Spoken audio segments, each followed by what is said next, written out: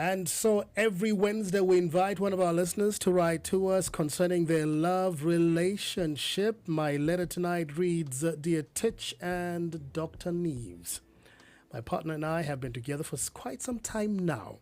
Over time, we've become comfortable with this wall of silence that has grown between us. We have learned to argue, disagree, love, and respect each other in silence. The silence feels safe, but I can see it is also keeping us stuck and apart. I do not want silence to be our normal. I want us to grow. I want us to share and talk to each other even when talking seems uncomfortable. Please help me find ways to change this pattern. I'd appreciate any guidance or tools to help us speak up, listen better, and stay close when things get hard. And thank you in advance for your time and guidance. This is a letter written by Monde from Bramfontein. Hey, Dr. Neaves, good evening. Welcome to the show. Hope you listened to the letter. What are your thoughts? Yeah, good evening, everybody.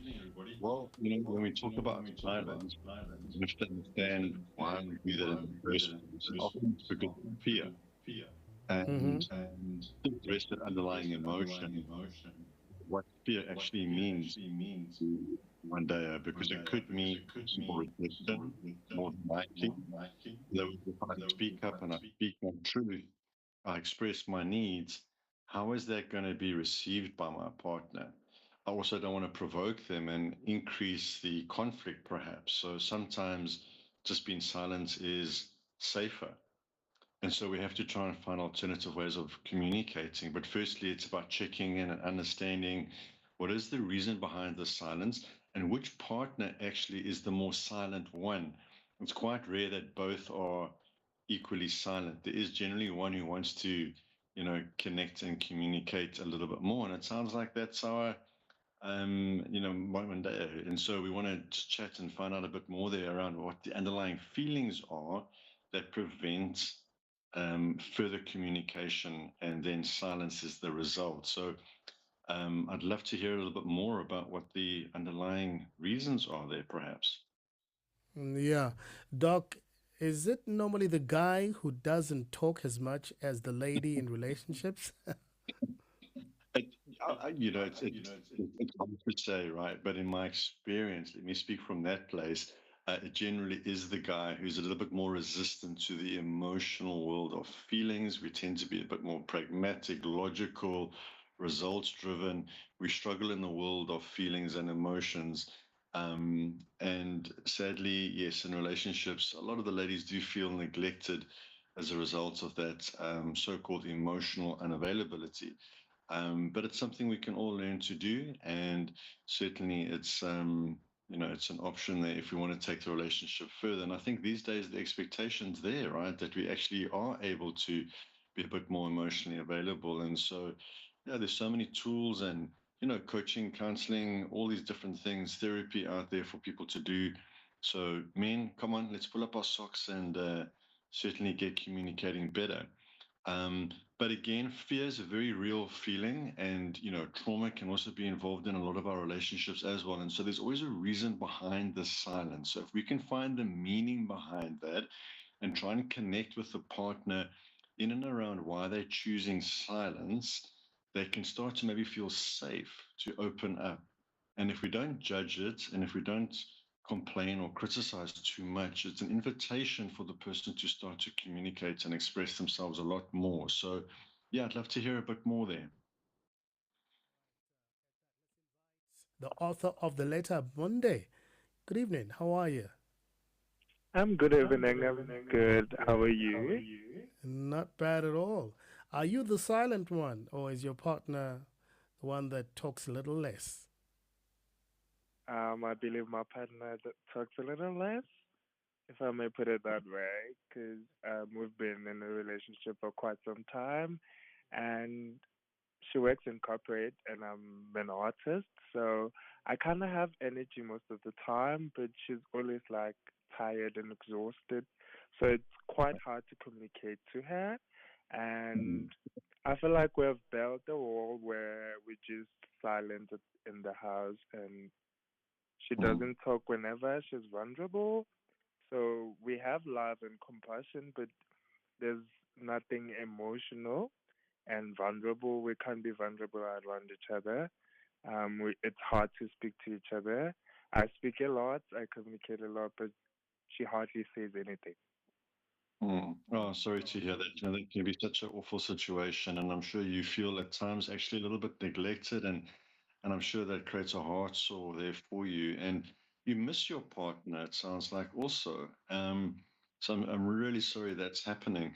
Look, when a lady comes back and she's been at work all day, her battery's really going to be flat, and so she's maybe kind of been so busy and involved with other people that she helps herself feel better and more like herself again by just going inside herself. It's almost like seeing her going into her shell. Okay. And so she does that to just feel calmer. And maybe a subtle thing is just to invite her into a conversation and just perhaps when there is a bit more energy, maybe that would be over the weekends or on a Sunday when she's had time to recharge. Just say, be vulnerable. And if you can, I know it's not easy, but tell her that you miss her and that you're not pointing a finger, you're not blaming her. She's busy. But is there a way that maybe at the end of the day, there's something that you can do to help her charge her batteries so that she can in the end be available for more conversation? Does she like a nice long bath? Is it that she just wants to be on her own? Does she like a little shoulder massage? What is it that you can do perhaps to help her transition from work back into the home and back into the relationship with you? And I think that's often where we lose each other is that transition from work back home. And so it's really about just helping her charge her battery up. I would say the last thing that maybe she's looking for is, a complaining, critical partner when she gets back. She's already been through so much of that in the day. So maybe just find out when she is charged up a bit more, what would work for her, what would be helpful, and be vulnerable and tell her that you miss her. You're not pointing the finger, but you'd like to be more connected when she comes home. What do you think of that idea? I think it sounds amazing, but it's quite hard because Yeah. she's mostly on her phone most of the time. So I Yeah. literally don't know what's really good Mm. to do with her because it's been long in this relationship and it's truly really hard to understand Mm. what my partner likes. But I've Right. tend to watch her facial expression at certain times just to note Mm. what she likes or what she doesn't like. But it's quite hard Mm. because most of the time she's on the internet. Oh, okay, man. So then, if she's on the internet, then it almost feels like there's a third entity in the relationship and you're in competition with the internet, right? And so she sounds quite shut down at this point. Can't speak for her, but it sounds like she's quite shut down. Maybe she's quite avoidant of her feelings. And so she prefers just to be in her own space. Um, but my friend, sadly to say, this isn't really sustainable. There's going to need to come a time where you're going to need more. I can hear that you're being neglected, you're not being fulfilled. This isn't a satisfactory situation for you, as much as there's been a lot of investment and there's been, a lot of time together. So we need to maybe put down also something called a boundary. Maybe that says something along the lines of, hey, this is how I'm feeling. And unless these things change, this then would be the next consequence of that. Because if it were to continue, I think it would be quite an impact on you. So if you ask yourself, if this is it, if this is as good as it gets, are you prepared to stay with it, or are you looking for something to improve? And so sometimes people who are quite quiet and silent, they need a bit of agitation. They almost need to see that you're quite serious about shifting the dynamic. And then they maybe wake up a bit and realize, well, actually, I didn't realize I was neglecting you so much. What can we do about that? So you might have to take that next brave step and actually decide on what is your next boundary that you're going to put down. You don't have to break up, but you can just say, this isn't working for me any longer. And what I'm needing is a little bit more time and connection. And until we can have that, then this is the consequence of that. Do you think you could look at something like that, perhaps? I think I love her so much. I think she has something in her, but I feel like she's stuck on something which I can't solve at the moment. But I've been like trying to speak to her, but she's coming slowly and slowly. But I'm not sure if is it healthy silence or just she's avoiding me, you know. So Right. Yeah. Well, healthy silence would be that's how I recharge my battery. But once my battery's charged up, then I reconnect and I engage in the relationship again. If I'm constantly silent, then I'm actually in avoidance, and therefore I have an actual issue, maybe more with intimacy and deeper connection and more intense emotions and conversations. And so I tend to avoid those or hide behind the internet so as to avoid them.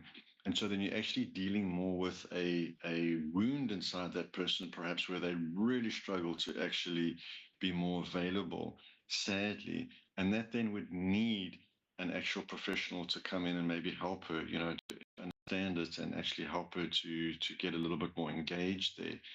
But, again, if she's in her shell, I think the important takeaway tonight is to realize that that's not in your control. You've done so much. What's in your control is what you do next, which is to perhaps put down a bit of a boundary that this is not what you are looking for in a relationship, it's not what you're there to invest in, and you would like to see a change. But then give an actionable step by what you mean by that, which means you would love just 5, 10 more minutes per day at the end of the day. Right? Can we try that this week? And if that's not the case, then I am going to be doing something to show you that there's a consequence to that. Sadly, that sometimes has to happen. And I've always got that, 3 strikes and you're out rule. In other words, you can offer invitations to connect more 3 times. And if that person does not reciprocate or there's no change in the behavior, then sadly you have your answer. The person's not going to change maybe as quickly as you would need, unfortunately. And then you would have to make a decision based on that. I quite get you. So, Monde, how Yeah. long have you been in a relationship with your partner? I believe it's been 3 years and a half Yeah. this Yeah, year. that's quite an investment. That's quite a long time. Yeah. And do you perhaps have contact with somebody close to your partner, a friend or a relative? Maybe you could try and investigate what's going on. Yes, we quite have the same friend group. So we do most of the things together on weekends, but most of the time I'm unavailable. And when I'm available, she's avoidance. So Okay. Man, can you hear you guys just aren't on the same page there? And look, I love the suggestion of maybe asking friends and family if there's something that's going on that you need to know about, because sometimes you might be, confiding in a friend or a family member that you also know. That sometimes is a good way to get some information. It's a very difficult situation to try and get on the same page. Another question to ask is, has something happened that's maybe really upset her, that she doesn't feel resolved in, and that she's maybe holding resentment against you for, and therefore is almost punishing you with the silence? That could be something. So just think back over the last couple of months. Have you done something there that you've maybe missed that she's still holding a grudge over? That can sometimes be the case also. Um, but yes, sadly, if it's an avoidance, it's something that can be a little bit more chronic. Another thing to ask is, was she like this in the beginning? Or is this something that's now developed after the 3 years? That's also a good indicator as to what you could maybe expect going forward there. she was quite happy during our first years of our relationship. And then Yes. she started becoming very silent after her mom's death. Ah, So I'm not sure if is she still traumatized or still processing the death of her mother, or is she just avoiding me? well, grief is something that can be very deep and very painful. If it's been since that time, I would certainly perhaps consider the fact that she's maybe really struggling to know how to deal with the loss of her mom, and that she could be in grief. People often shut down, they do go into silence. It's one of the stages of grief. but it sounds like she might be stuck in that phase. And that then obviously can lead to even something like a depression, So instead of her maybe avoiding you, she might be depressed. But I don't want to lead you into a different direction or speak for her. I don't want to label her, but it's something to consider that perhaps, yes, since that time, if it was something that was really, really traumatic for her, she could still be sitting with that trauma. It takes a good couple of years to get past something like that if you're really close to that parent. So you might be sitting with somebody who's really struggling with grief. Yeah, probably might be the issue because I've tried to bring it up, but she never like tried to speak on it. She always tried to avoid the question. And my friend, I think the takeaway for you also tonight is we can respect someone's grief, and it's tragic, and it's incredibly sad to see. But if it's not shifting, her grief is not your grief, and that means you should know one who has to suffer too. You can certainly have empathy and compassion for what's happening, and be there for her. But if she stays stuck in that grief, it means that she's actually unavailable to you. And so, what do you do then, right? And so it's worth really trying to bring that up with her and just trying to use a different approach. It would seem like what you have tried isn't working. So that's why I've suggested escalate the boundary. And what I mean by that is to give her an idea that if things don't shift or there isn't more connection, there's going to be a further change in your behavior. And you must decide what that looks needs to be something a little bit more severe than what you've been doing at the moment. And it could look like perhaps moving out of the bedroom, going into the spare room. It could even look like moving out, right? It could be looking like you only come over 3 times a week or whatever it is. But she needs to kind of know that, you're not happy with that. And so you're not going to stick around for it. But you're open to conversation. You want to be helpful. But if she's not going to be forthcoming, you can't live in that prison for the rest of your life, sadly, despite her grief. Has she been able to reach out to anybody else, a professional, and maybe speak with someone, or is she just really isolated there and keeping it to herself? She's been really isolated and been to herself. Yeah, so look, my friend, she might be depressed even, after the loss of, that family member. It might be worth your while just to research a bit more on depression and actually see, what could happen. And Tich was making a good suggestion there about checking in with family and friends and maybe calling in somebody that she knows to also maybe speak with her and maybe highlight the fact that they've also noticed this, and that something maybe should change there just to help her. And we can never force somebody to do something against their will, obviously, but sometimes when we are depressed, we don't have the internal motivation to get up and do things. And sometimes it is easier just going on the internet and just shutting off from the world and everybody. But then it does have an impact on the relationship, sadly. So I would perhaps explore that a little bit more, depression. Yes. Like you're gonna have to make a decision, and you sound like a great guy. So we only wish you the best and hope that you are able to work the situation out. Yeah. Okay, friend, good luck, man. But please take Thank care of thank yourself. you. Remember the boundary. You've done so much already. Take care of yourself and put yourself first, please. Thank you, Dr. Neve. Okay. Dr. Bye. Double N, thank you, and Monday, good luck. Thank Thanks, you. guys. All right, Good luck. Take this care. is Channel Africa, and it's now 20 minutes to 11.